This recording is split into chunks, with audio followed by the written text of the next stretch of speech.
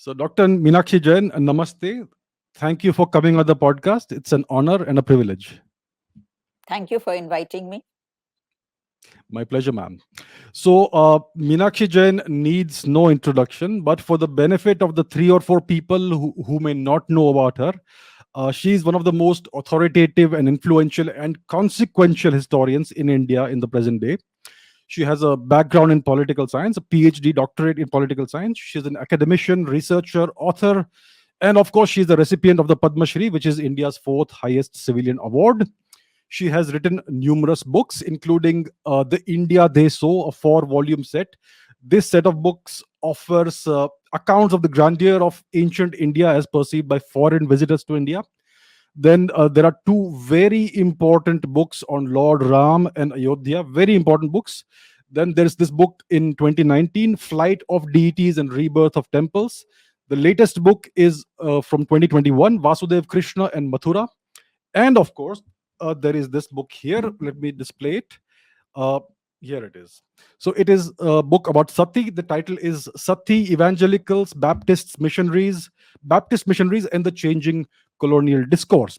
Now, I personally have observed a pattern throughout Dr. Meenakshi Jain's books that she takes a big issue, a very important issue at one time, an issue that has typically been distorted or lied about for decades by the mainstream historians, by the eminent historians, and she sets the record straight with data, with factual evidence. So, for instance, if I look at the Sati book, I observe a ton of scriptural evidence, literary evidence, epigraphic evidence, inscriptional evidence, sculptural evidence, and accounts by eyewitnesses. All of this is concrete data. It is undeniable uh, data that you just cannot deny. It is incontrovertible data.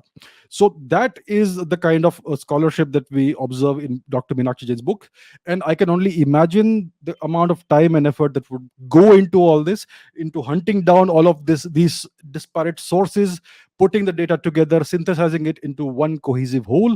And this is just one example of this solidity and the depth of scholarship that sets Dr. Meenakshi Jain apart. So, Dr. Meenakshi Jain, Meenakshi ji, let me begin by asking you what motivated you to do this research and write this book? Was it academic interest? Was it personal interest? What made you take up this topic, ma'am? Whenever we witnessed debates among academics or, public figures, they would always try to put down Hindu society by saying that, why are you talking to us? You used to burn your women. And as a student of history, I had really not come across much evidence for Sati in the little cursory reading that I had done. So I realized that this is a handy whip to use against Hindu society and to say, don't lecture to others because you're so regressive yourself. And that motivated me to engage in a in-depth study of this period and this subject. And Abhijit, what is really very surprising that I would like to state at the outset, that since independence, this subject of Sati has really engaged and preoccupied feminist historians and writers, as if this has been a very, very raging controversy and practice in independent India.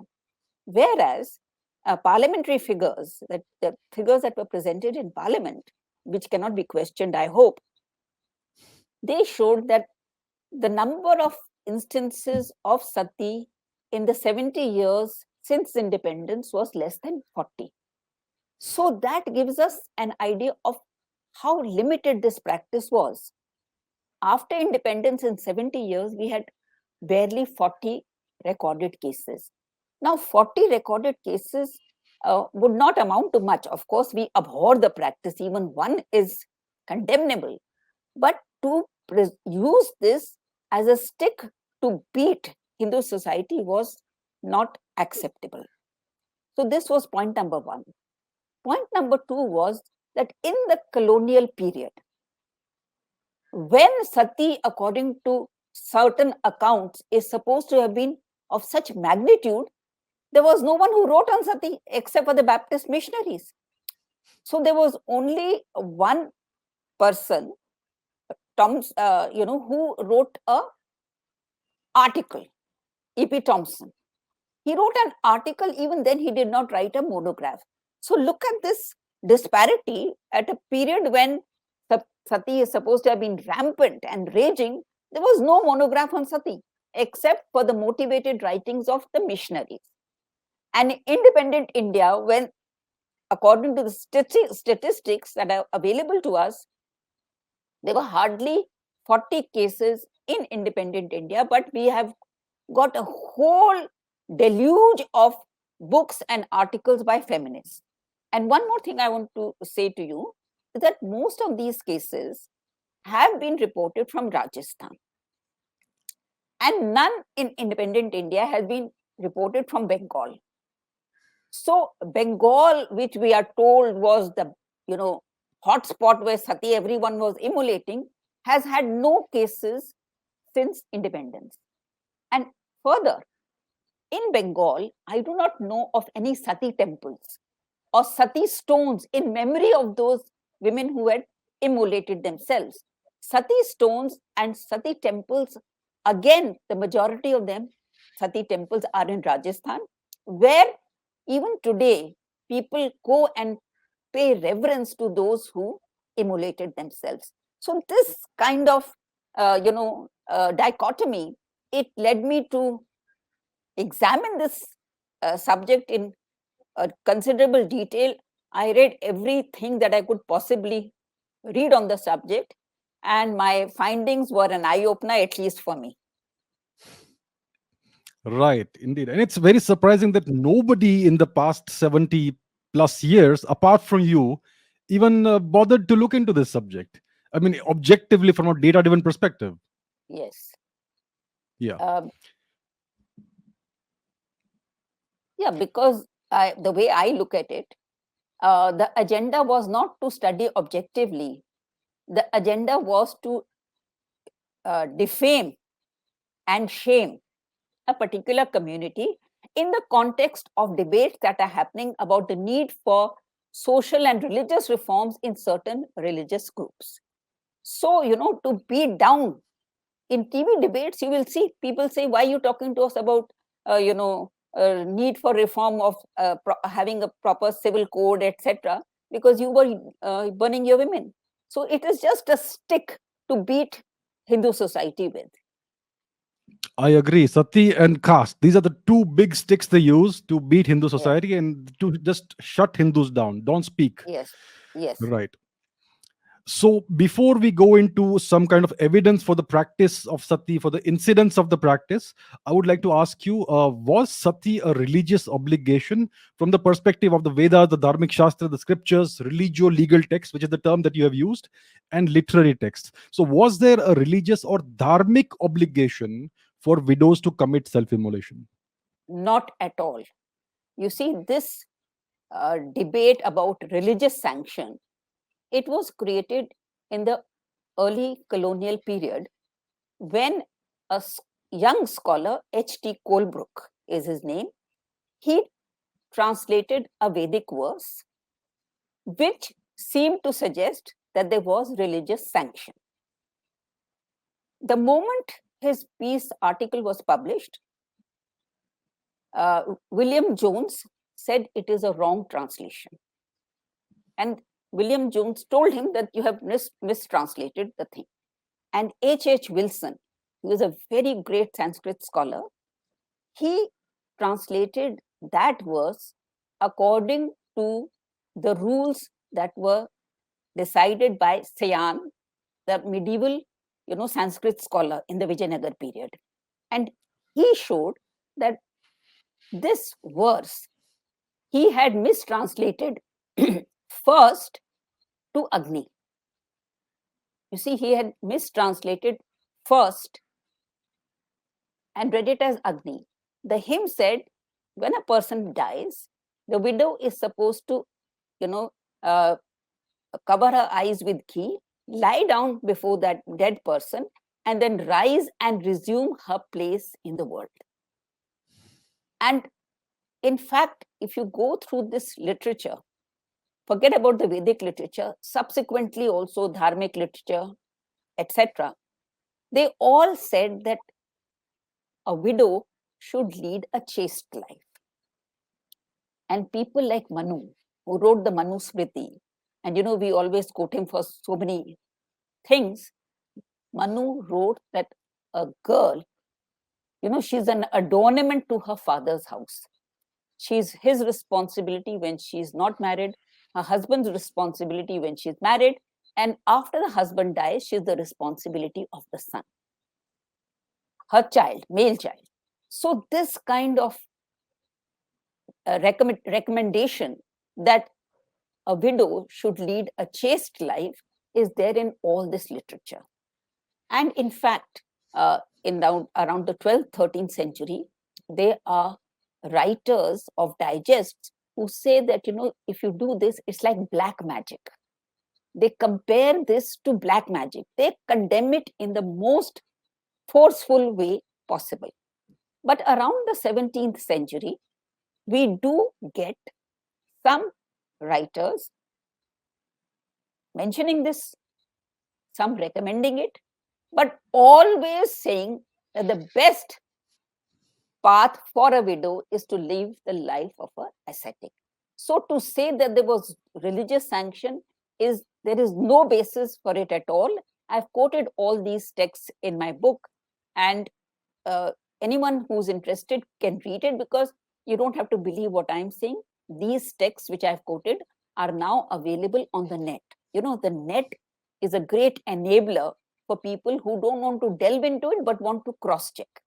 So all the texts that I've quoted from the Rig Veda right till the 17th century, those texts can be looked at on the net. I've given the verse, so you don't have to look at the full text, and it's very, very easy to cross-check.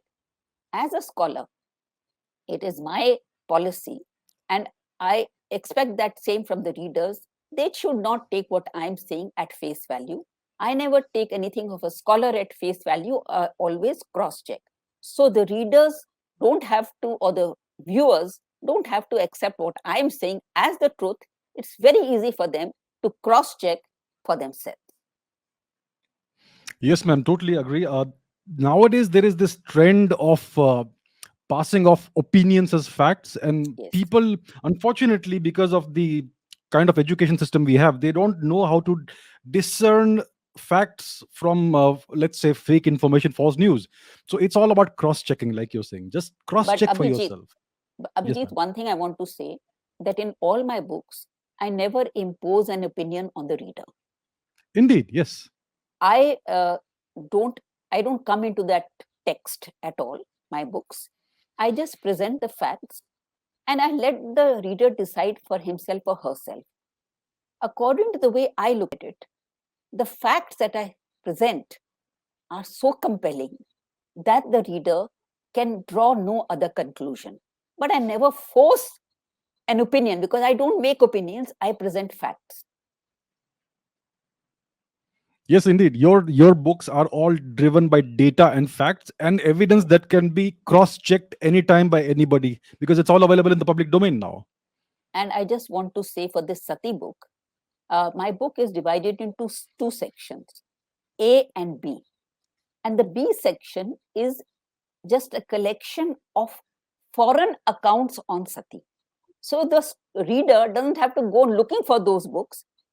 I've reproduced those writings of foreigners on Sati over the ages in section B. So again, I'm just presenting the facts to the reader. Indeed, ma'am. Indeed.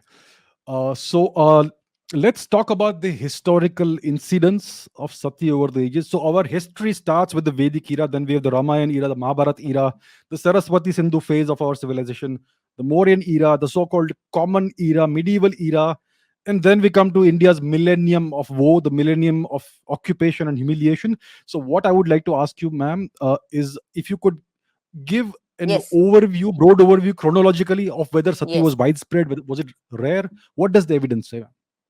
You see, when anyone is writing on Sati, it's important to present a statistical study also, because only when you present statistics, then you can find out whether it's a common practice or a rare practice. So I will begin with the irrefutable evidence of Sati, incidents that were recorded by eyewitness accounts. So the first instance that we have of Sati is from the time of Alexander. You know, Alexander invaded India before Common Era. And when he was going back, he had an Indian contingent with him. And the wife of, that Indian contingent, the commander Shashigupt, he died. And when he died, the troops of Alexander's army, they were totally shocked that his two widows are coming and fighting among themselves who should immolate. And this had left a real deep impression on the eyewitnesses.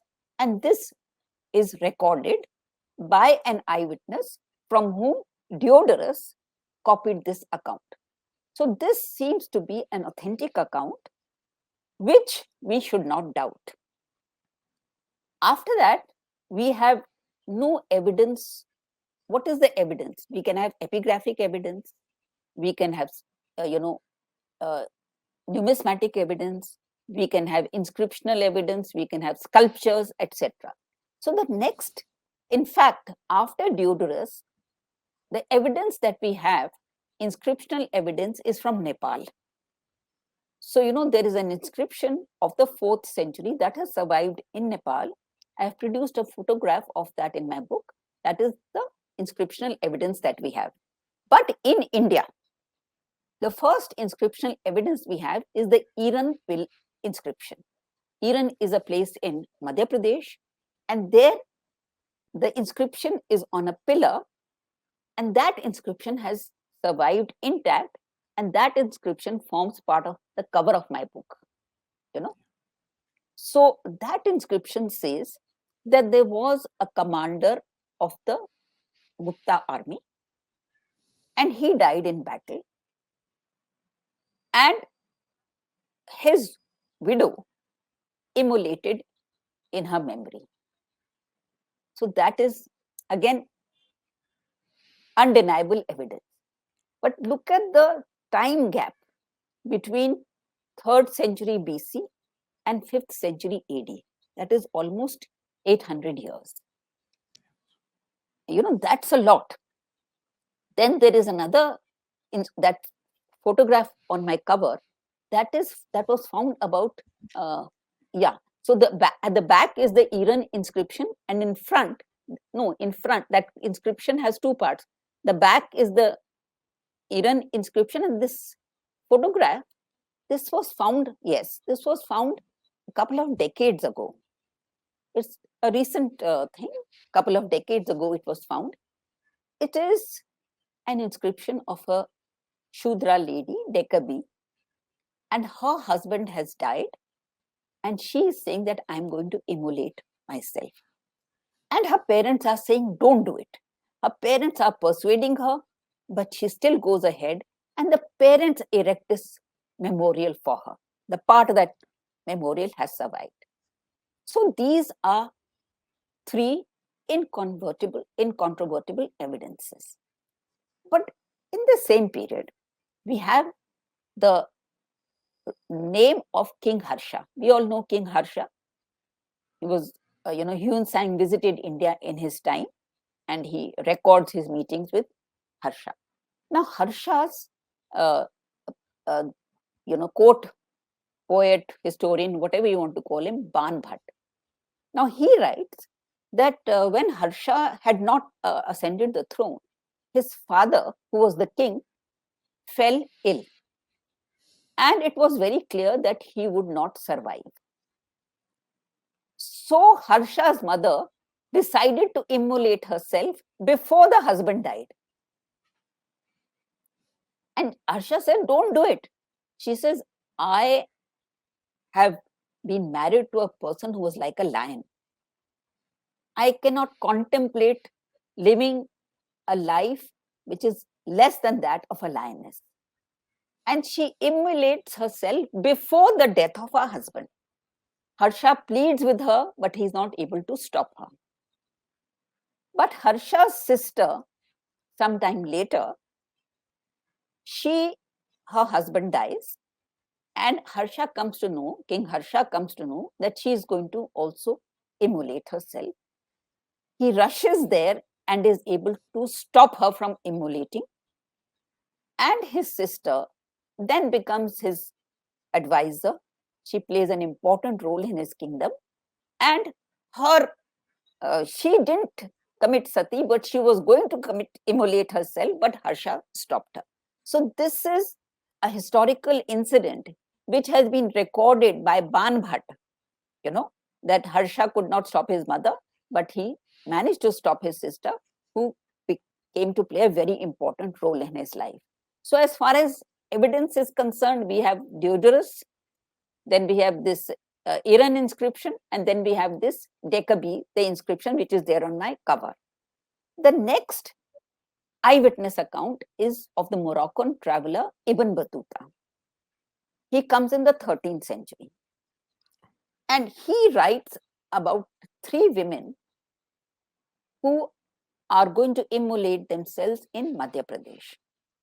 So we have no reason to doubt the veracity of Ibn Battuta's account, because he was not coming here.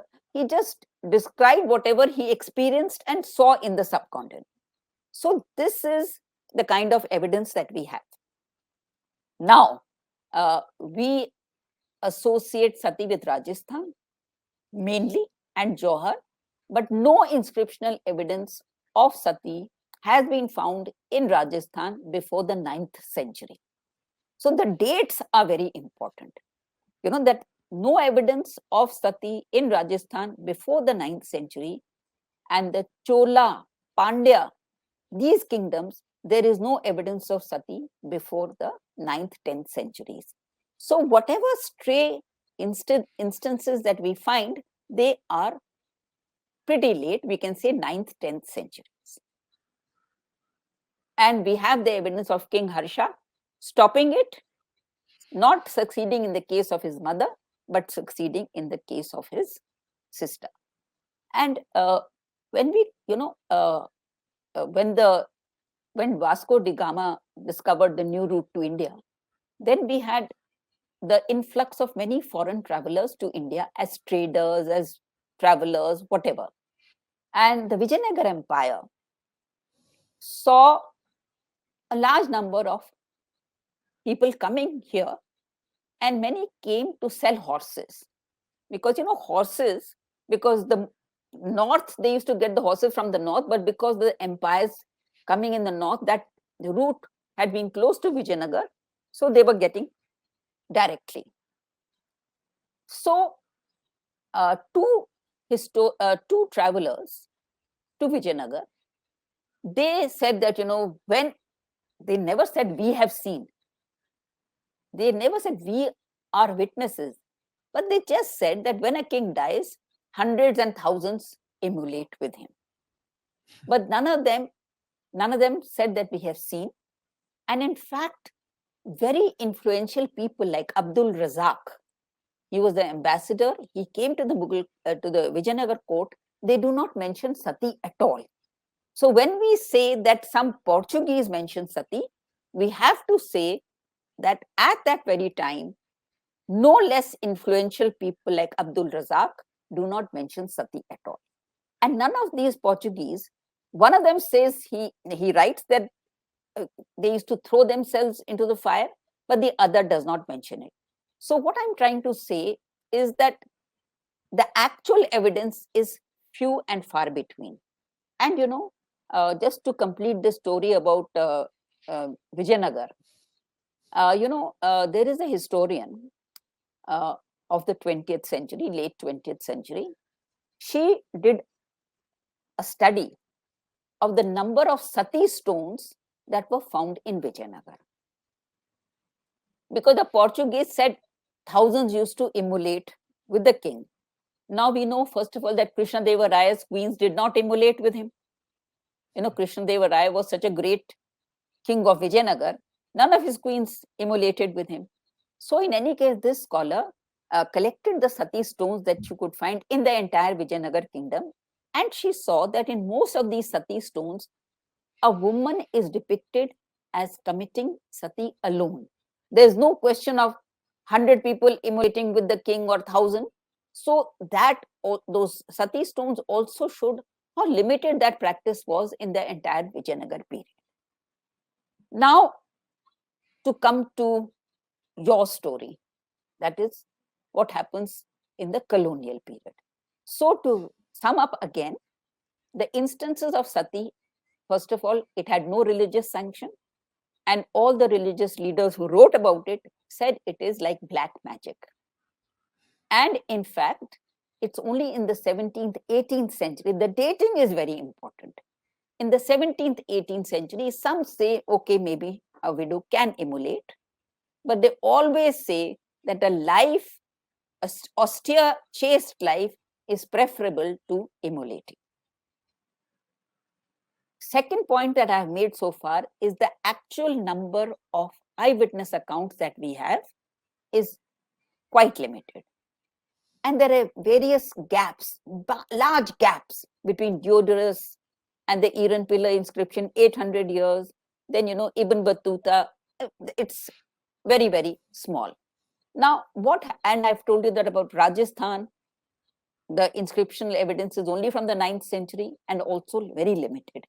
And in the Chola, Pandya kingdoms, there is no evidence before the 9th, 10th century, no inscriptional evidence. And many of the queens survive their husbands, like I've given you the example of Krishna Devaraya, the most eminent historian of the Vijayanagar Empire. Now, what I want to say to you now is something that is worth considering. I have said that the situation changes in the colonial period. Now, I want to qualify this statement because the early officials of the East India Company, if sati was rampant in Bengal, then because East India Company acquired rule over Bengal earliest 1757 with the Battle of Plassey. So if sati was rampant, why is it that the early Englishmen of the East India Company never mentioned it? And here I want to tell your viewers that, the early Englishmen, they were so totally in awe of Hindu civilization as it existed from ancient times. And in 1757, we have the first Englishman writing a book on India. 1757, that is John Gross. Now, they had come as traders because the East India Company had come as traders.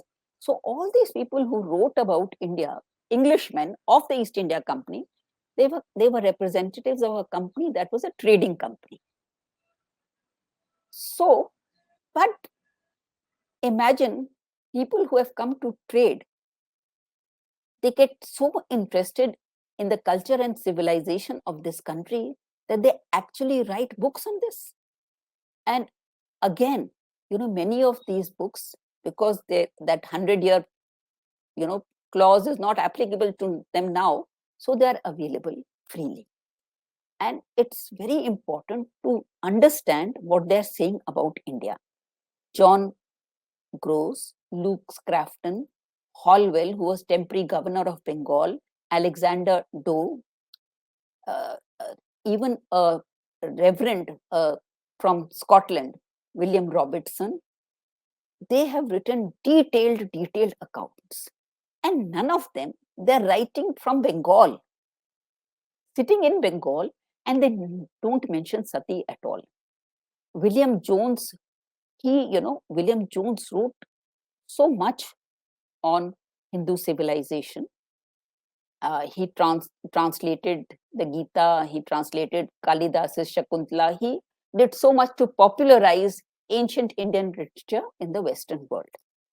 The only problem that William Jones had while studying Indian history and Indian literature was that he felt compelled to fit it in the biblical chronology.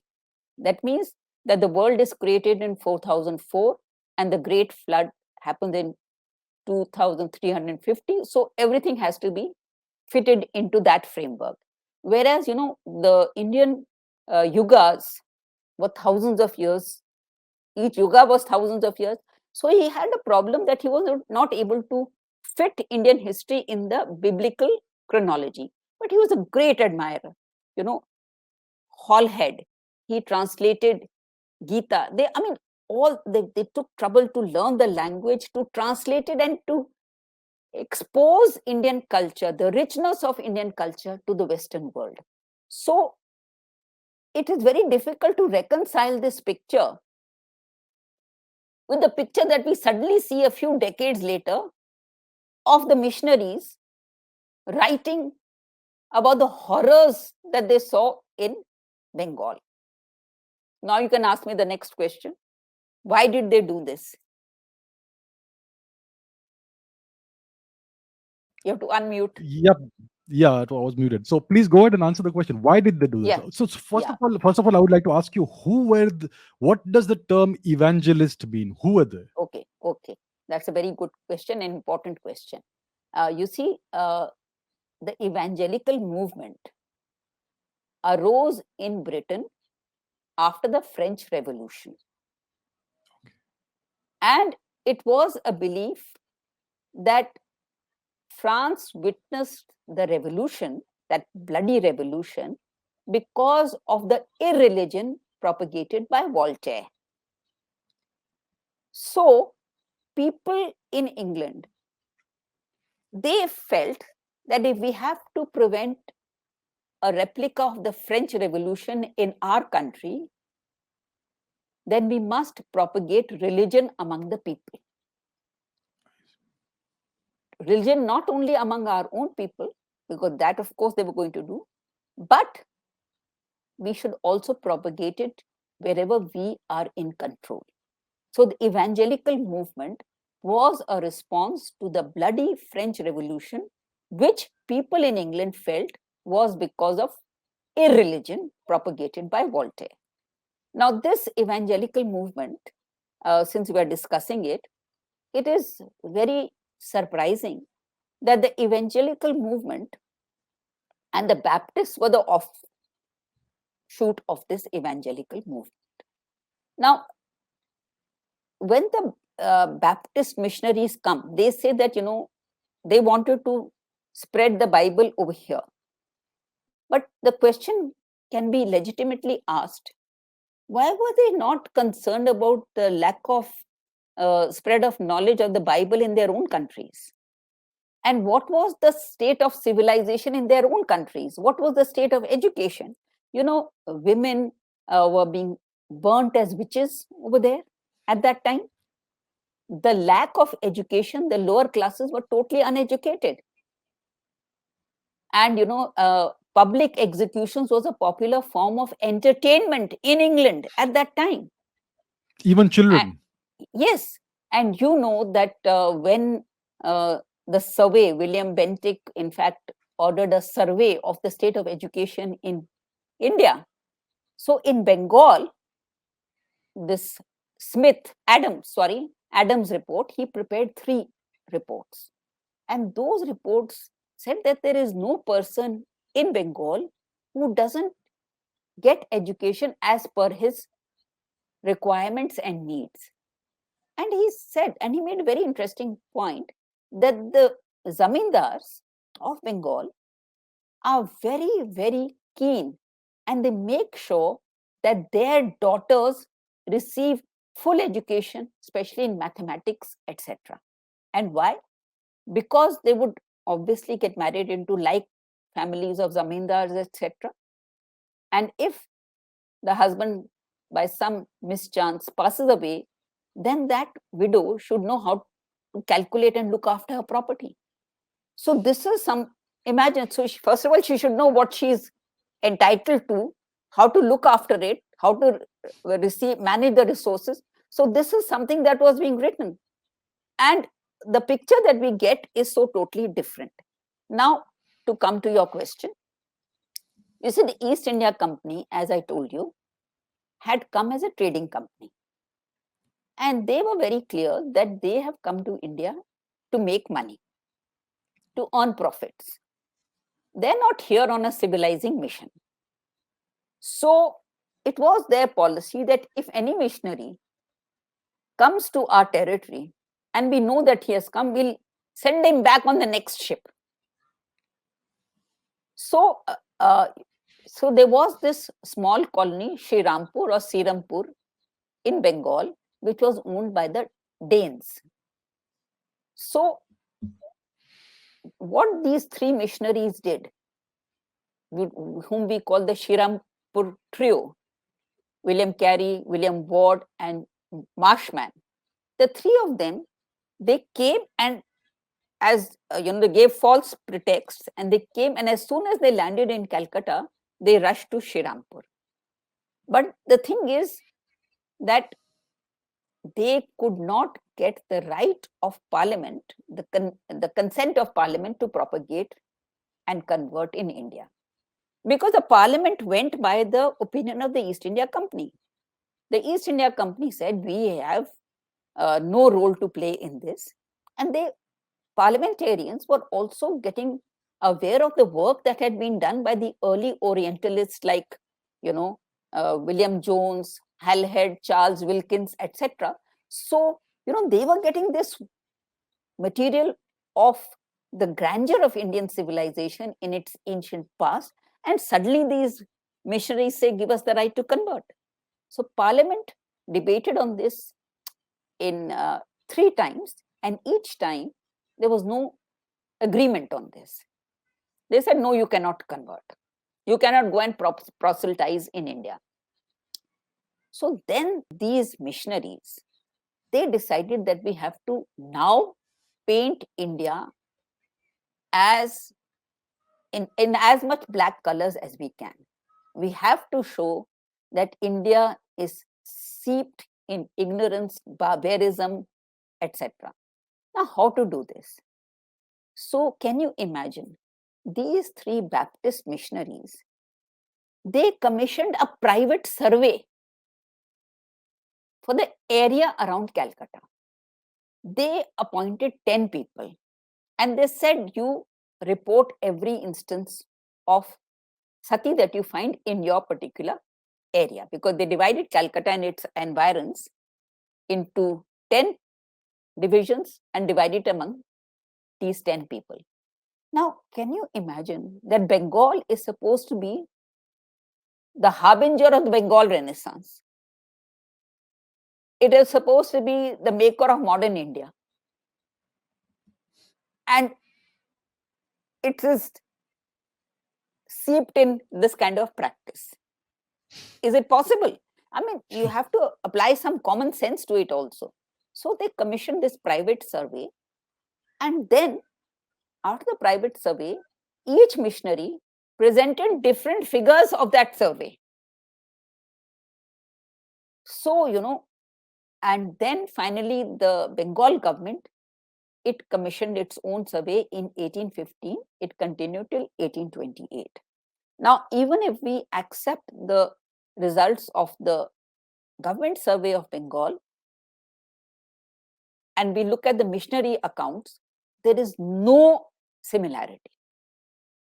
The missionaries said that, when a person dies, it mentioned the case of one person who had died and the funeral pyre went on burning for 3 days as widow upon widow came to immolate.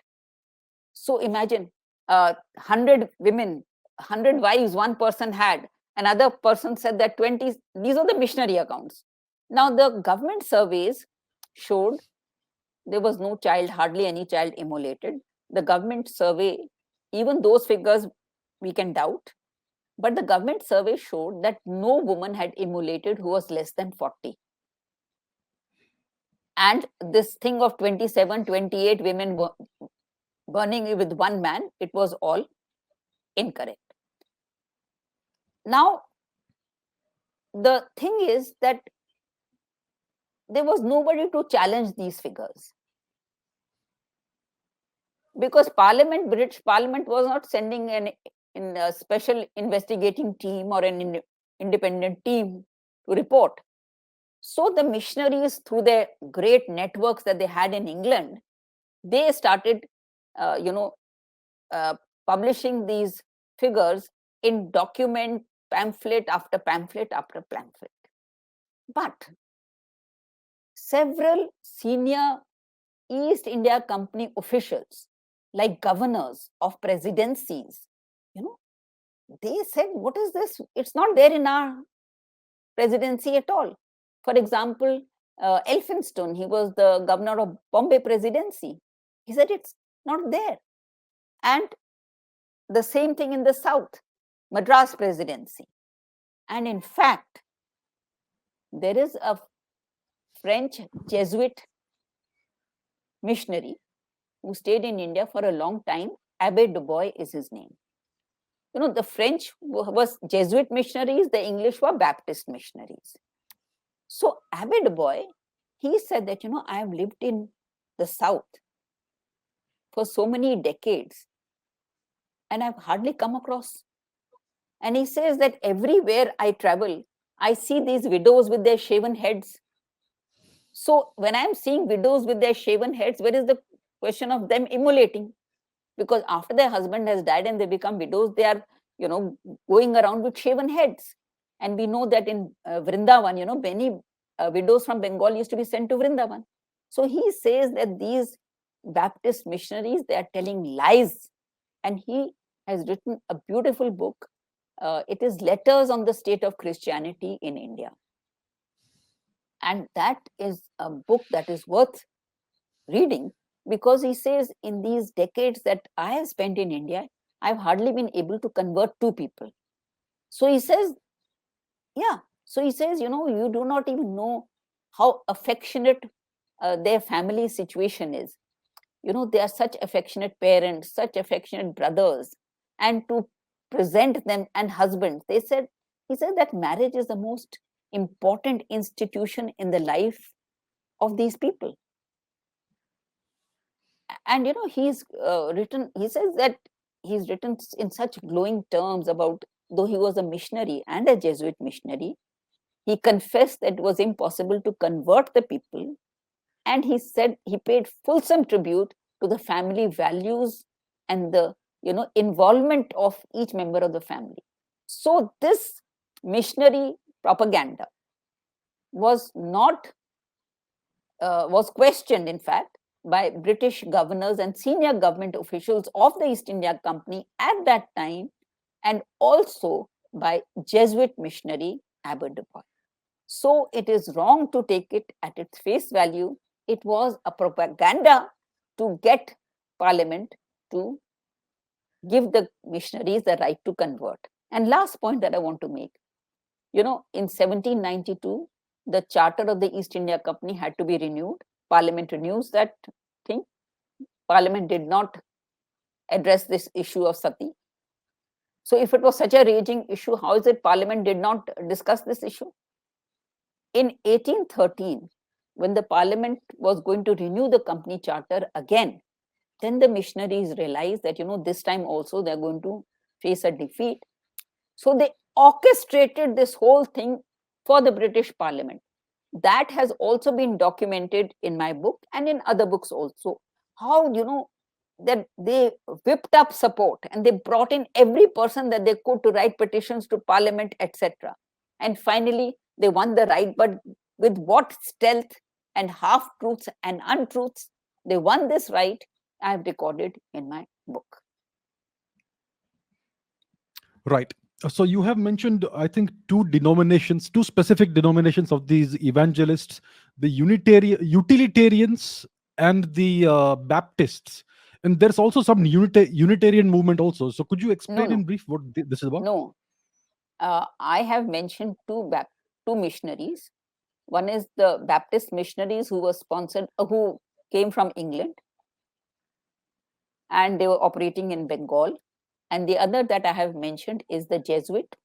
I have mentioned only one Jesuit, that is Abbe Dubois. Now, this Evangelical Utilitarian Alliance, I have explained evangelical movement, but how did evangelical movement become so strong in Britain? it allied with the utilitarian movement, which was by Bentham and most important by James Mill. Now, it is very interesting that James Mill had never been to India. And suddenly, he decides to write a history of India in 6 volumes. He has never visited India. He had never shown any interest in India before he began writing this book in 6 volumes. And that book is mainly based on the writings of missionaries. Ah. And in fact, this eminent Sanskrit scholar, H. Wilson, I had mentioned earlier, he was a great Sanskrit scholar. He edited James Mill's History of India. And he says in the footnotes that it is so incorrect and it is full of incorrect statements, and it is designed to create ill will among the people who we are governing. But this James Mill was a utilitarian, so he and the evangelicals combined, and that is why they got their strength. And James Mill, after writing this book, he was appointed to India Office. India Office was the headquarters of the East India Company, and from there he could monitor developments. And what made things worse for us was that they appointed William Bentinck as the Governor General. William Bentinck was number 6 on the list of probable Governor Generals to India. Nobody thought that the first 5 would refuse and it would fall on William Bentinck. So William Bentinck was a member of the evangelical movement. He was a part of that biblical, missionary society, whatever. And he had already decided before he stepped foot on India that he will abolish Sati. And how do we know this? Because 2 letters of his have survived, which are reproduced in the correspondence of his, in which he says that I have decided to abolish Sati. Because he was an evangelical, he was aware of the work of the missionaries, he had decided to abolish Sati even before he set foot on India. So, this entire network, nexus between the evangelicals and the utilitarians, who are led by James Mill, who writes that horrible anti-India book, History of India, in 6 volumes, who's then appointed, when the 6 volumes are completed, he's appointed to India Office. And his book, one more thing I want to say, his History of British India is also becomes the recommended reading at the Haileybury College, which the East India Company set up to train its civil servants before it sends them to India. So, to train them in that mindset that because, they were noticing that the East India Company officials who are going to India, they're succumbing to the disease of Indianization. That was the phrase. So they said, they have lost pride in their own culture and civilization. They're all becoming advocates of Hindu culture and Hindu civilization. As we saw, Warren Hastings, James, John Grouse, Hal Head, Wilkins, William Jones, they were all very appreciative of Indian culture. So they said, they don't know anything about their own culture and they are becoming advocates of Hindu culture. So they set up this Haileybury College in England so that they can learn something about their own civilization before they embark on India. And James Mill, his book, History of British India, which was a biased piece of propaganda, it was compulsory reading. So, this intertwining of so many interests. Right. So there is this evangelical and missionary attack on Hinduism. And you have mentioned that there are, they claim there was infanticide in India, female infanticide. Yes.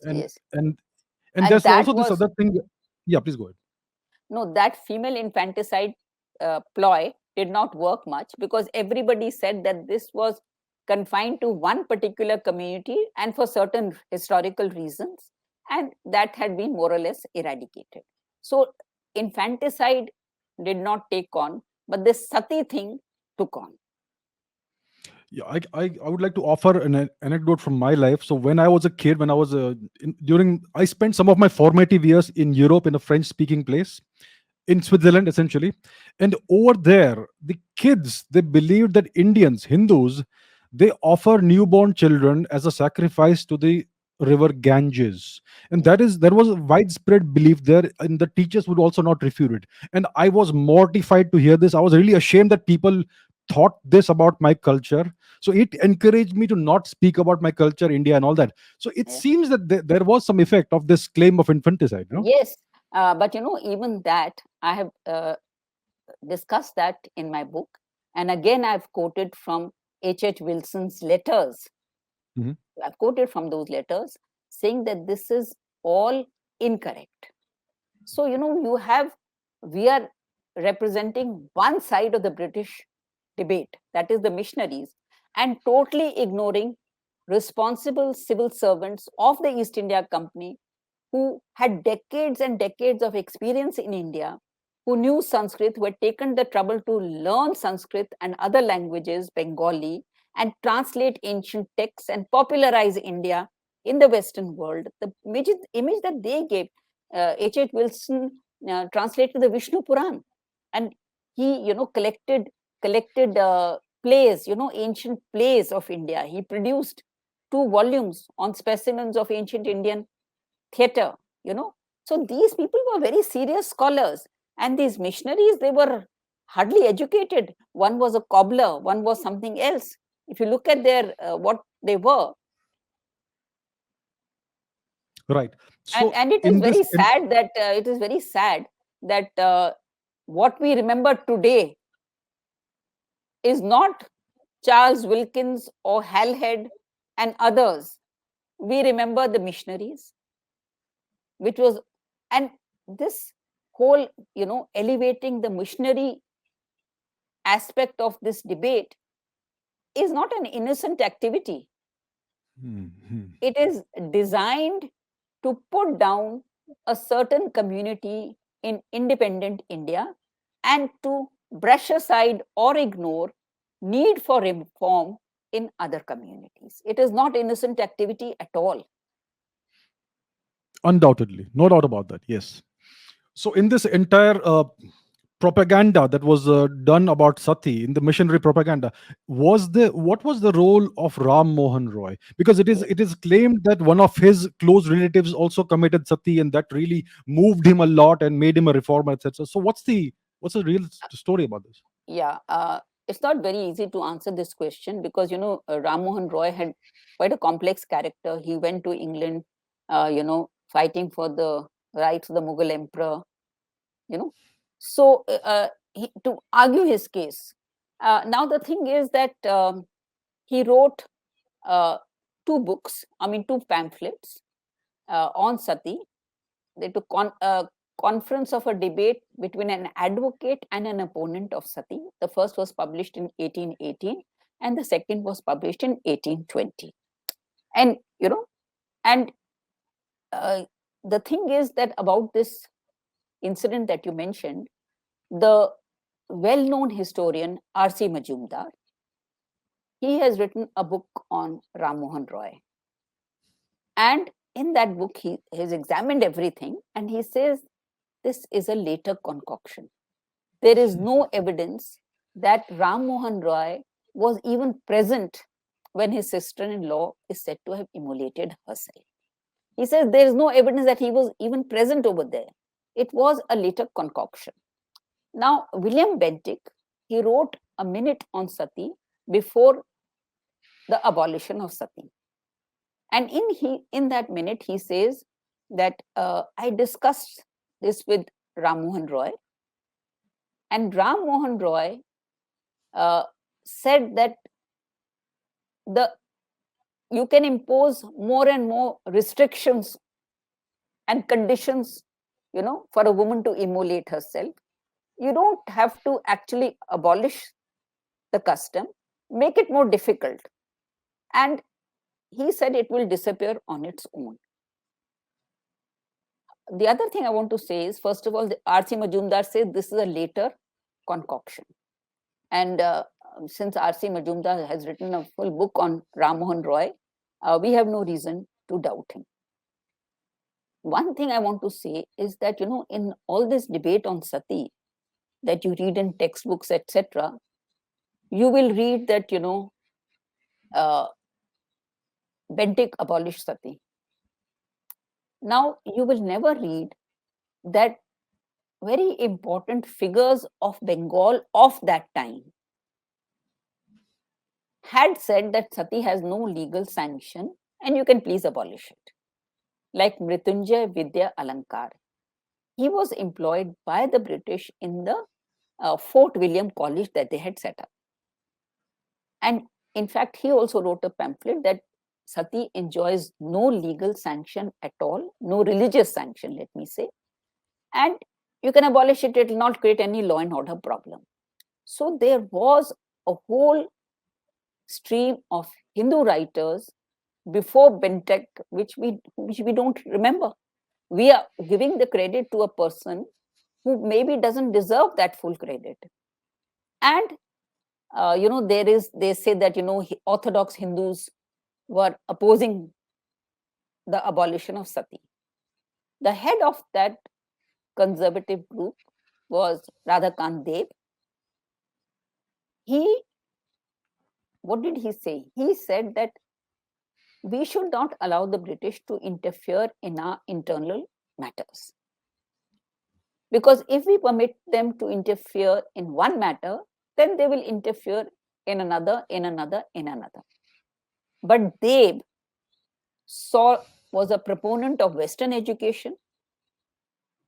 He was managing the affairs of Hindu college for almost 3 decades. No woman in his family immolated herself, and they never advocated this. So, this overemphasis on the glorious role of William Bentinck, it also needs to be tempered in our discourse. Because so many Indians were saying it's not necessary. And how is it that the moment William Bentinck abolished Sati, not one case is reported in Bengal? I mean, can you imagine such prompt adherence to a government order in those days when there was no television or radio or whatever? It is because it was not a common practice in Bengal. Right. So the moment he decrees that Sati is to be abolished, it magically disappears overnight. That's what happened. Yes, which makes it very suspicious. Very suspicious indeed. I mean, you have, like you say, tens of thousands of cases per year, and suddenly overnight, from the next day onwards, it's zero. Yeah. And there's that's a broadcast. impossible. That was a broadcast on the radio, and then everybody said we have to follow this. And even today, we know and we see in films widows from Bengal going to Vrindavan, and we find in Vrindavan even today a large proportion of them are from Bengal. And how is it that Bengal, at least I have not come across any Sati temple in Bengal? Correct. So I would like to ask you, is there any role for Macaulay and all of this in the Anglicization of India and the evangelization of India? Did he have any role to play in this? This is a very important question. What I will answer in an indirect way, that Macaulay was not directly or indirectly involved in this Sati debate. But the abolition of Sati was actually an endorsement for the Anglicization of India. That is very important. It's very important to remember this. It's a very valid point that you have made. As far as Sati is concerned, no, but the victory of the missionaries in the Sati debate cleared the way for the Anglicization of India, for the introduction of Western education in a massive way and all that followed from it. That's a very, very important point. And the introduction of Western education into India coincided Yes, with the destruction of India's traditional indigenous absolutely. education system. Because it was a setback, it was a triumph of the Anglicans. The Anglicization and Christianization of India was a twin process. And the victory over the Sati debate meant ascendancy of forces that for the Anglicization and Christianization. Both these things get a big fillip after this. But this very, very important point that you have raised, I'm really glad that you brought it up. So Sati served as the catalyst in this entire thing. So once Sati was recognized as, so essentially the practice, the alleged practice of Sati was used to justify British rule and to justify the attempt to re-engineer India's society and demographics. Now, I want to ask you, Yeah. of course, it was used by the missionaries to Christianize India, and then it was used by people like Macaulay for the Anglicization of India. But I want to draw your attention to people who were so well known and are remembered even today. Ahilyabai Holkar. We talked today about the great Vishwanath temple that she built. She built the she rebuilt the Vishwanath temple, which has been so much in the news these days. She was a widow. She didn't immolate herself. She did so much work for the regeneration of Hindu society. She rebuilt the Somnath temple. She built so many ghats, so much else. And her daughter also became a widow at a very young age. And Ahilyabai, that girl was determined to immolate, and Ahilyabai said, "Look at me, I have not done it." And she begged and pleaded and did whatever she could to prevent that daughter of hers, but she could not prevent her. So we have the case. So Ahilyabai, we know, did not immolate, but we know that she tried to stop her daughter who did immolate. So, these are stories which we don't even consider. We are just talking about everyone committing sati in India. And then there is the case of all the artificially engineered famines that the British engineered in India. Tens of millions of Indians died, including in Bengal. Where are the Sati cases from that? Apart from where are sati cases for that, how were the missionaries exercised about that? Were they worried about Exactly. millions of people dying in famine in front of them? Was the British Parliament concerned? The number of people who died in the Bengal famines runs into millions, but we Yes. hear neither the missionary voice nor the voice of the British parliamentarians. Indeed. Indeed. Yes. These are very important points that somehow we overlook for some reason. Yeah. What you find in the Can I education. Yes, just ma'am. say one thing? Please. If you look at our mythology, mythology means our texts. You mentioned the Mahabharata and you mentioned the Ramayana in your opening comments. But how many widows or wives of Raja Dashrath immolated with him? None. None. So, how many wives of Ravan? He was a Brahmin. He was a great Sanskrit scholar. How many immolated? None again. And in the Mahabharata, it clearly says that the widows of the fallen soldiers, they performed the last rites. So how were the widows of the fallen soldiers performing the last rites if they were immolating? They were not.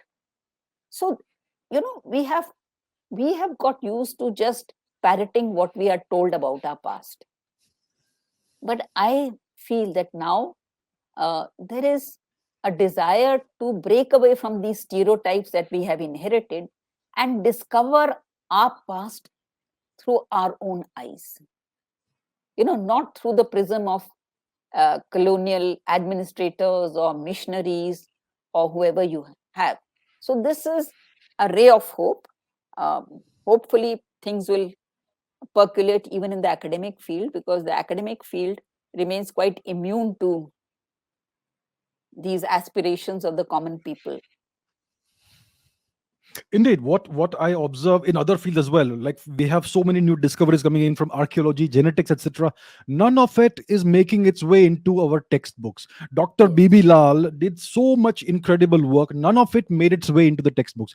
You also, there have been so many attempts to marginalize you as well, which we know. absolutely. So, Yeah. so this is the problem we are facing today. We are still taught that William Bentinck did us a great favor, that Yes, Lord yes, Ripon was so generous, and so on and so yes, forth. So, what do we yes. do about that, ma'am? You see, the thing is that according to what I feel, it is social media that is going to break the Hmm. back or the hold of these historians at this viewpoint. Why are videos, why is social media becoming so popular? Because it is a way to bypass the colonial view of India, which is perpetuated ironically by Marxist historians. So, and the role, you see, they may deny whatever they can do, but the way they have been defeated by that one man, BB Lal, it is something that they cannot forget. Nobody remembers the lies that they told on Ayodhya in court. The court went on passing strictures against them. The court said, "You're supposed to assist us, you're hindering us." And BB Lal, it shows, what commitment to your heritage and past, what it can achieve. If it was not for that one Mr. BB Lal, we would not even know anything about the Ayodhya temple. So the True. regeneration of India in independent India owes a real debt of gratitude to BB Lal. It doesn't matter if he is not included in the textbooks right now, but the day will soon come where he'll get his place of honor, you know. And his books, he writes in such an accessible style, they're so well illustrated that it's a joy to behold. And they're selling so well. I cannot imagine any left historian with all the backing that they've had of the state selling as well as BB Lal's books too. Indeed, that's very true. I personally feel that social media essentially has given the ordinary Indian citizen a voice for the first time in a millennium. So that's what we are Absolutely. witnessing. The thing is that I never refuse. Late, very late in the day, I realized the power of social media.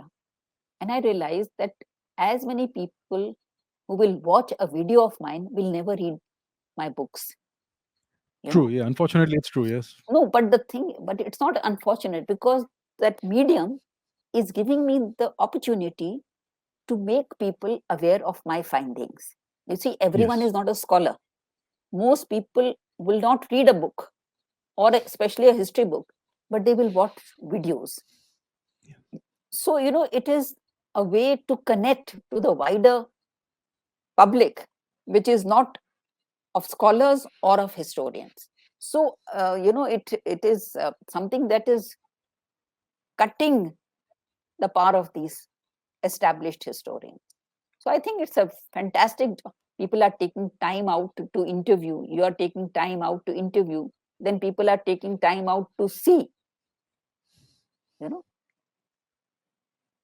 And I see that it's typically, especially on my channel, it's youngsters below 25 mostly who are watching Yes, all this, and they are really yes, interested in history.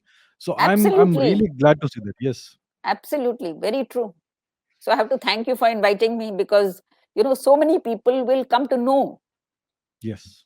None of them is going to read my book on Sati because they're not. You can't blame them because they're not scholars. They're not academicians. They're just general public who are pursuing other professions, but who just like to hear the video. The video is enough of an education that they need also. Indeed. Right. So I think that kind of wraps up the topic. So Meenakshi ji, thank you so much once again for agreeing to do this. I am sure what you have just given an overview of will really change the mindset and opinions of people. People have all kinds of various ideas and beliefs that they've absorbed from various places. So it's gonna really help a lot. So Thank Meenakshi you ji, so thank much. you so much. A real pleasure. Thank you so much. Thank you so much for inviting me. Thank you so much. Thank you.